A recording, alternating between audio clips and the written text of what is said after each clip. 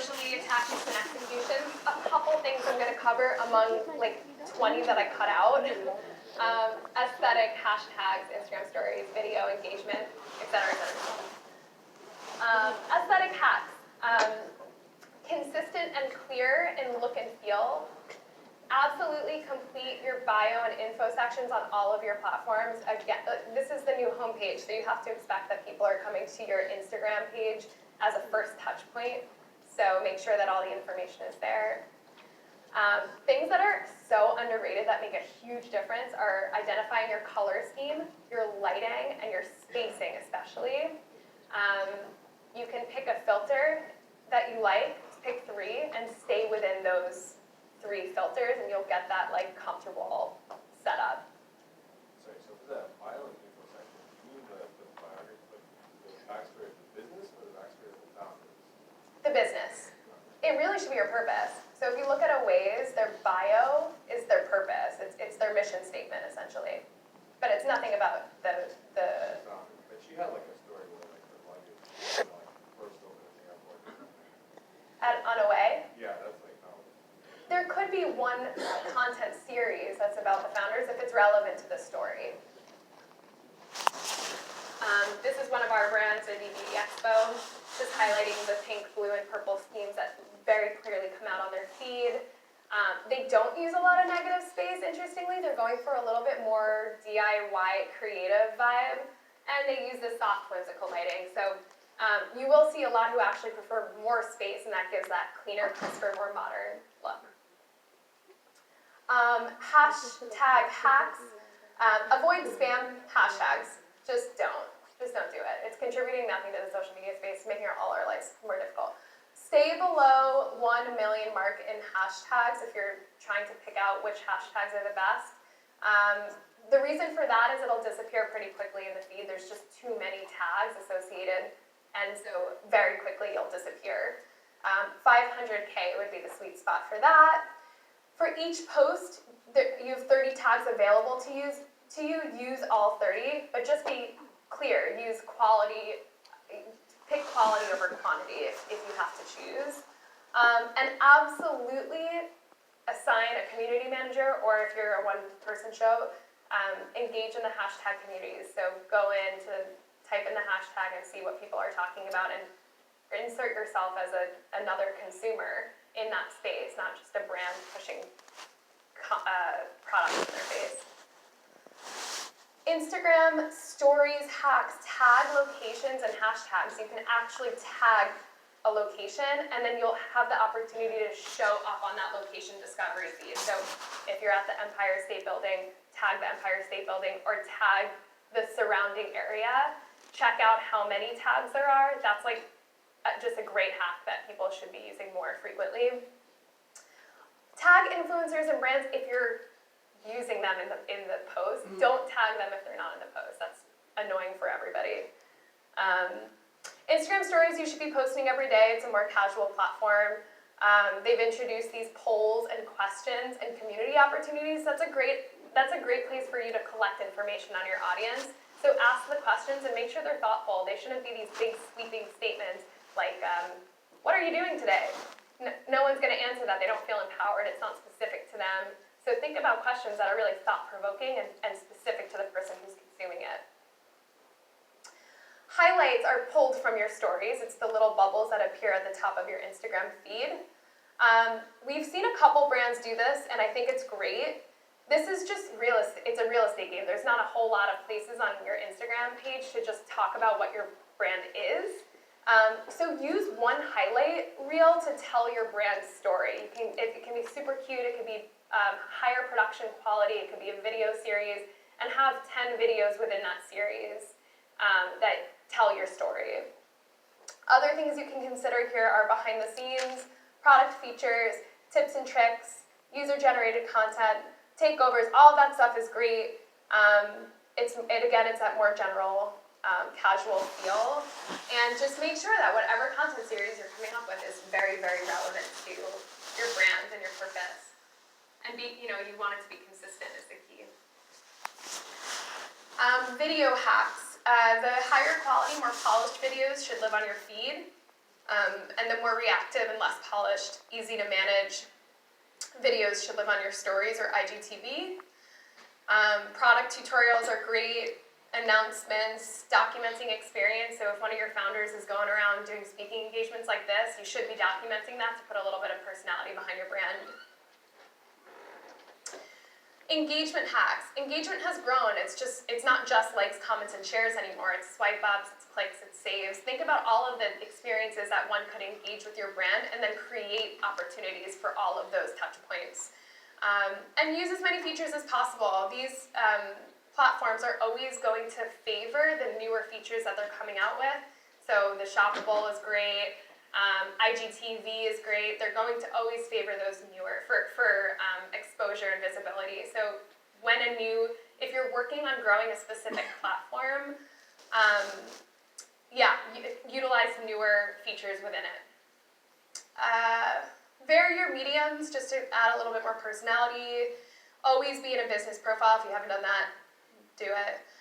And consider community features. So again, those questions and polls.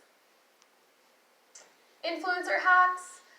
Don't go too big. Trying to find someone with 300,000 followers is going to be a lot more difficult. Utilize the more like nano and micro influencers that are operating between 5K followers and 15K. That's kind of a sweet spot. You can get a lot of free stuff there. You don't always have to pay influencers. A lot of them are just looking for great brands and great content. So those are opportunities to partner. And don't look at it as a transaction. It won't really help your brand if you just say, hey, can you post about my brand? Come up with a storyline. Come up with an experience that someone can see. And people are creatures of habit. Come up with something that they can expect to see with this influencer month over month or week over week. And incorporate influencers into your content series. That shouldn't be a separate effort. Those are two in one. And just some general 2020 tips and trends and thoughts. There's a lot of talk around Instagram removing likes altogether, so be aware of that. It doesn't mean you can't work with influencers, but it might be a little bit more tricky to work with influencers. Shoppable posts, long-form video. Facebook groups are huge right now. Twitter for advertising, affordability is great. Pinterest is an easy win, especially for anything that has a visual component. Be aware of emerging video platforms like TikTok, and everyone has a podcast, so just roll that one out. I mean, you can try it, but you're competing in a very competitive space. So, and not to say that you should be running to new platforms. I would say establish yourself very comfortably on one or two before you're even it would be a lot worse to be present on 6 different platforms but have mediocre presence and just general discomfort than just nailing 1 or 2.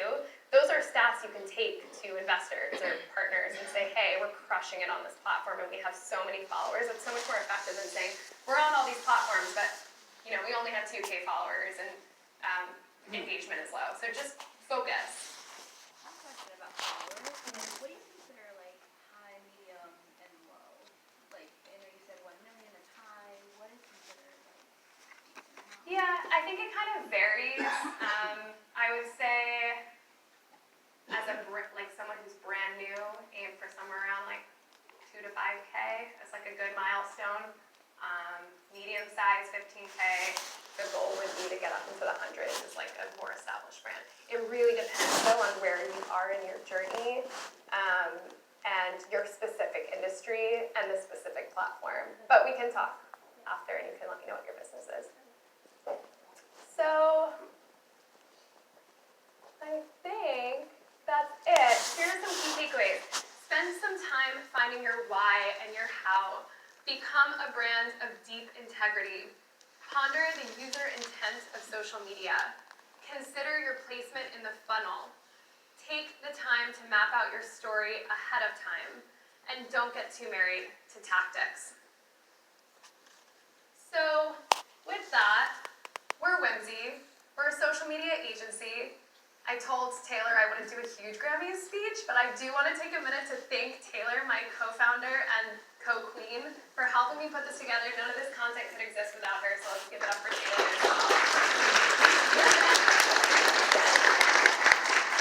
And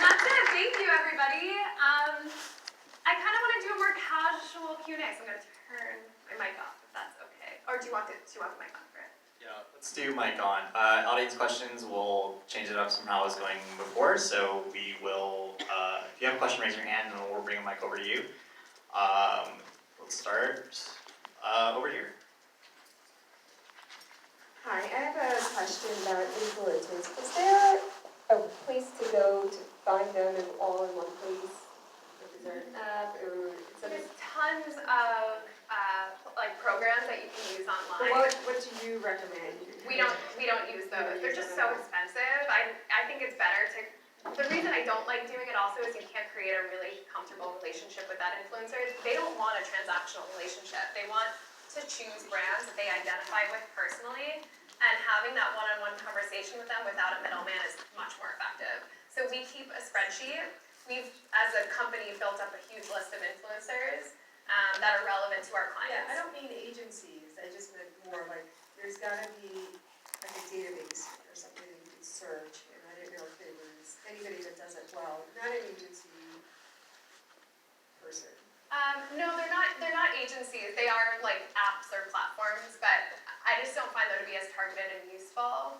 There are, I mean, when we look for influencers, we just go to Google and there's already huge curated lists online. So you can grab like 100 per industry and research each of them. But I just wouldn't have like you said, I wouldn't have another company choose them for me. So that way you can, but just do that. Don't spend any money on it. Just go online and you can find tons of influencer lists. So if you type in fitness influencers on Instagram, there's already tons of curated lists. Another place we found lists were Facebook groups. If you join any social media focused Facebook groups, people give their lists in there as well.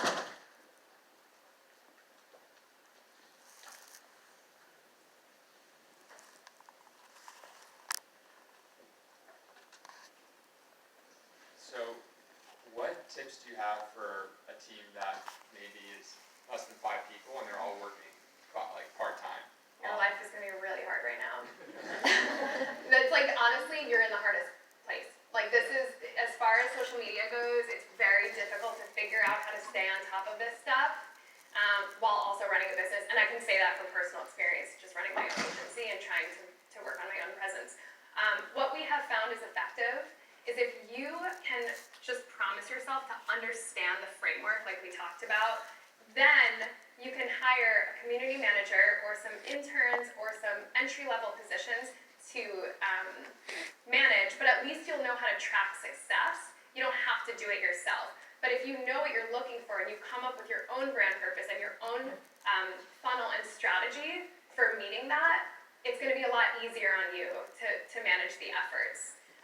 So I'd say spend about 2 months really dedicating yourself to understanding like the art, and then you can bring people in to execute without, having to hire a full-blown agency. I have a question. Which are the best social media blogs that keep up with current changes in the platforms? We love Later. Later is awesome. Yeah, we read it like every day.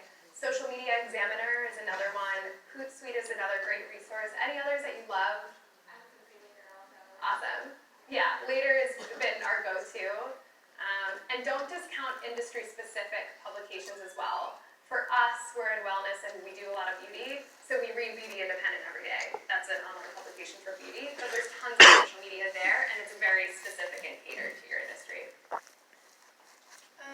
What would you recommend for? Where are you? Oh, there you are. What would you recommend, like, with social media, the difference between building a company from the start with social media versus kind of an event? So, like, instead of, like, all this brand work for your company, kind of selling an event for, like, the happens. So, is it one event that's going to happen one time? Yeah.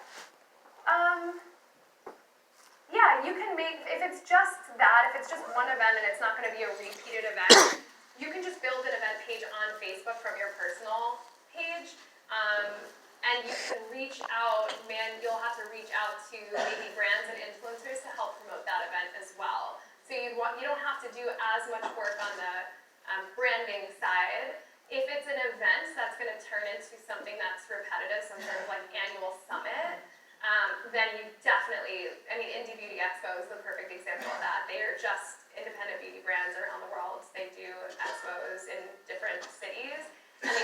they give as much information on independent beauty as they can. And that's a strategic branding play. They build up this audience, they give them valuable content in between summits, and then when the summit comes, they already have the audience. In fact, it's easier. Like, your job is easier because you're not directly promoting a product. So, this might be a little bit specific, but if you're building a marketplace where your personas are very different from one another, is it more impactful to have, say, multiple social media entities, say, buy side Instagram and a sell side Instagram, so they feel more authentic to that particular persona than to try to mix them Yeah, together? totally. Hierarchy is really important for your personas. It is great if you're expanding into new markets, but you want to tackle one at a time. So you don't want to go in and have 5 different audience personas and have it would be very confusing for someone to come to your feed and see such a mix between the audience personas that they don't know if it's for them. So typically what a brand would do is they pick one and really work it and get that whole crowd there before they expand into, say, a men's market. So for Dove, that's a perfect example. They really started with the women's market and very specific personas there, and they added them strategically. And then they have a hierarchy, so they will give more attention to their core audience. Hi. Where? Here. Oh, hi. Here. Oh, sorry. Oh my God. Oh. Hello? Hi. So, I don't know if this is still the case, but a few years ago, if you were starting an Instagram feed from scratch, you'd go out and follow loads of people, like them, comment on them to build up your, at least audience, so they could then see all of these different things that you're going to be posting. Is that still the case today? Yeah, absolutely. Community management, that guide will be super helpful for you, but you should absolutely be engaging on, say, competitors or people in the space on their feeds and finding their audience. So our wonderful community managers who are here, Courtney and Claire, do that every single day. They send DMs and they're very real. There's no like sales pitch. They just say, hey, we've got this community. This is what we're about. You seem like you're someone who might be interested in this, and we'd love to talk and get to know each other.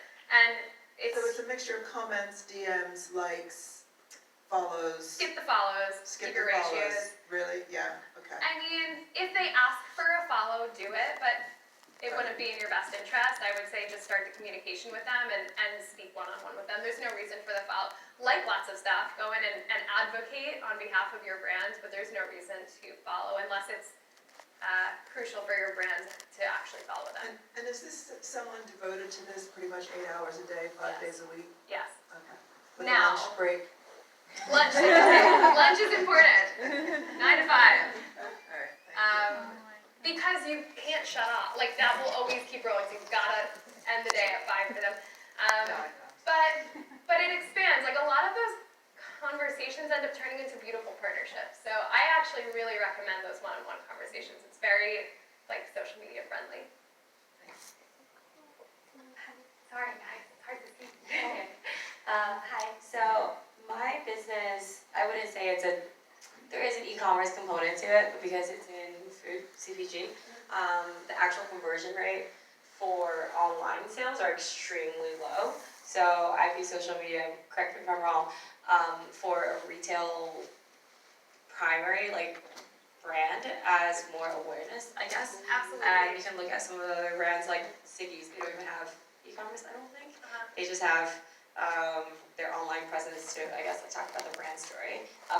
That's the case for a lot of brands that don't sell online, they just talk about it online. Yep. So in that case, in working both on investing the time as well as energy into my brand social media, as well as the influencer partnerships, can you just talk about some of the metrics for measuring how successful those Totally. campaigns actually are? Awareness is really where you're going to spend most of your time on social because it's not really built for conversion. You can get conversions out of social and you can build up that loyal audience base. They might not navigate to your website from social, but they'll hear of your brand on social. And then once they identify, they'll probably, it's also harder to track those conversions because they may check out your Instagram page and then at a later time purchase separately. So more often than not, we're focusing on that awareness and engagement.